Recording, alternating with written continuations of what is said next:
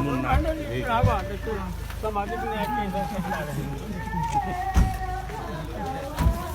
आओ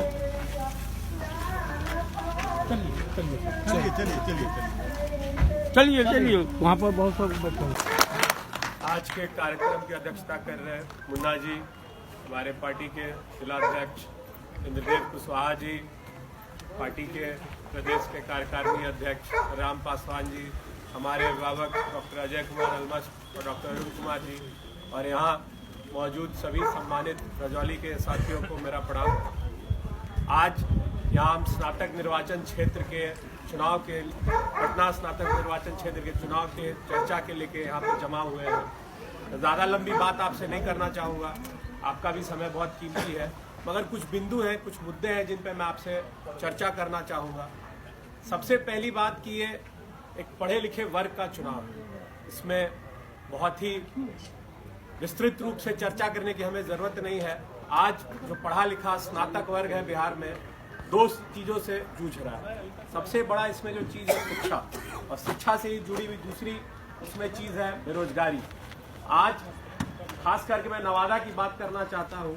12 साल से यहाँ पे प्रतिनिधि हैं, स्नातक के बाद में मंत्री भी बन गए, मगर आज तक नवादा जैसे बड़े जिले में एक भी कॉलेज में कोई अच्छा पीजी का कोर्स नहीं। मेरा सवाल उनसे है, कितने सालों में आपने क्या किया? आज तक कभी भी मैंने आपको ना विधान परिषद में या जनता के बीच में या अखबार के माध्यम से, आप पार्टी के प्रवक्ता भी हैं, या मीडिया के माध्यम से मैंने आज तक आपका एक शब्द या एक बोली मैंने आपको स्नातकों के दर्द के लिए या स्नातकों के मांग के लिए मैंने आपकी आवाज को उठते हुए नहीं देखा।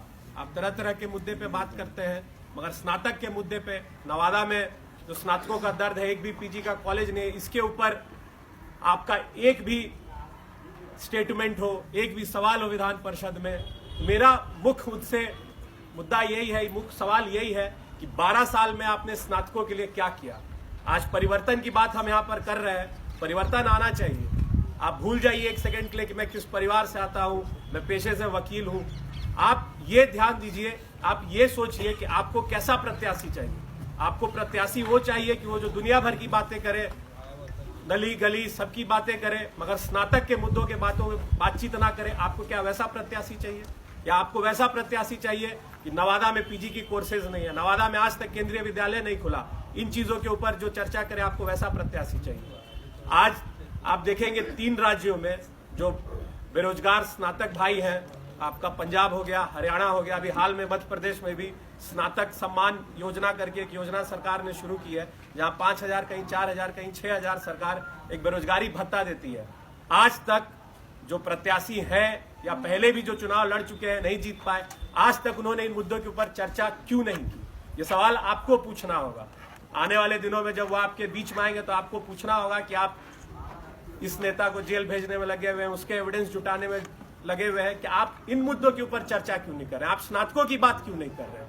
आज यहाँ पर बिहार में बहुत लोगों ने ये भी चर्चा कर रहे हैं मेरे बारे में कि मैं राजनेता हूँ, राजनेता का पुत्र हूँ, तो मुझे बेरोजगारी और पलायन के बारे में, शिक्षा को लेकर पलायन के बारे में नहीं पता होगा। तो मेरा सवाल उनसे है कि क्या आपको कभी अपने राज्य को छोड़ के पढ़ने के लिए बाहर जाना पड़ा? क्या आपको कभी अपने राज्य को छोड़ के लिए नौकरी के लिए या वकालत करने के लिए बाहर जाना पड़ा? आप इतने सालों से यहाँ पर हैं, आपने क्या किया इस राज्य के लिए, इस स्नातक सीट के लिए? आपने यहाँ के स्नातकों के लिए आपने क्या किया? क्या आपने यहाँ पर उनके लिए पढ़ने की अच्छी व्यवस्था मुहैया कराई? आप सरकार में इतने साल से, आप सरकार में आप सबका साथ सबका विकास और तरह तरह की बातें करते हैं, मगर आप लगातार शिक्षा व्यवस्था को ध्वस्त करने की बात क्यों करते हैं? आप लगातार शिक्षा व्यवस्था को यहाँ पर ध्वस्त कर रहे हैं। सरकार क्यों नहीं चाहती है कि हम पढ़े? क्यों यहाँ पीजी के कॉलेजेस ना हो? क्यों यहाँ नौकरी ना हो?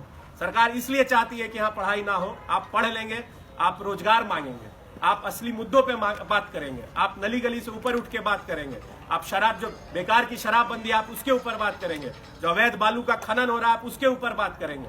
मगर सरकार इन्हीं वजह से चाहती है कि आप पढ़े नहीं, आप सोए रहे, आप शांत रहे, आप कोई सवाल ना उठाए। दूसरी बात, यहाँ पे जॉर्ज साहब की बात हो रही थी। जॉर्ज साहब से मुझे बहुत नजदीक से उनको जानने का, समझने का मौका मिला था, और ये बात मैं इसलिए कर रहा हूं क्योंकि इसमें आज इस चुनाव में सबसे ज्यादा युवा मतदाता हैं। तो एक बार मुझे जॉर्ज साहब से बातचीत हो रही थी, मैं साक्षात्कार ले रहा था अपने विद्यालय की पत्रिका के लिए, तो मैंने उनसे एक सवाल पूछा था कि what message we want to give to the youth of this nation. उन्होंने कहा कि I have become too old I have given all my life to this nation, and the youth of this country is capable enough to give a message to this nation. उनका कहना था मैं बूढ़ा हो चुका हूं, मैंने जीवन भर युवाओं के लिए काम किया, मगर इस देश का युवा इतना जागृत है, इतना सक्षम है कि वो देश को खुद से एक दिशा दे सकता है, एक मैसेज दे सकता है। इसलिए आप युवा हैं यहाँ पर, आप इस चुनाव से यहाँ पे 29 सीटों पे मई में या अप्रैल में 29 सीटों विधान परिषद की सीट पे चुनाव होने जा रहा है। तो आपके पास ये एक मौका है सरकार को जवाब देने का, सरकार को बताने का कि आपको कैसे प्रत्याशी चाहिए, आपको कैसी सरकार चाहिए। अगर आप इस बार नहीं सरकार को हिलाएंगे तो सरकार लगातार सोती रहेगी, आपके लिए कोई काम नहीं करेगी।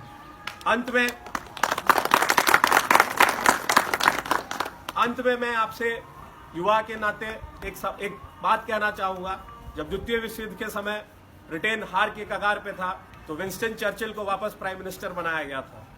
विंस्टन चर्चिल ने पार्लियामेंट में अपने मेडन स्पीच में कहा था कि those who have joined my government और supported my government, I have nothing else to give it to them, I have only blood sweat and tear to give to them. मेरे पास कुछ नहीं है आपको देने के लिए। वही बात मैं यहाँ पे दोहराना चाहता हूँ। मुझे भी आपके कभी देने के लिए आपके पास कुछ नहीं है। मैं बस अपनी मेहनत से आपकी आवाज बन सकता हूँ, आपकी आवाज को उठा सकता हूँ, आपके मुद्दों को उठा सकता हूँ। और इन्हीं बातों को कहकर मैं आपको धन्यवाद करना चाहता हूँ।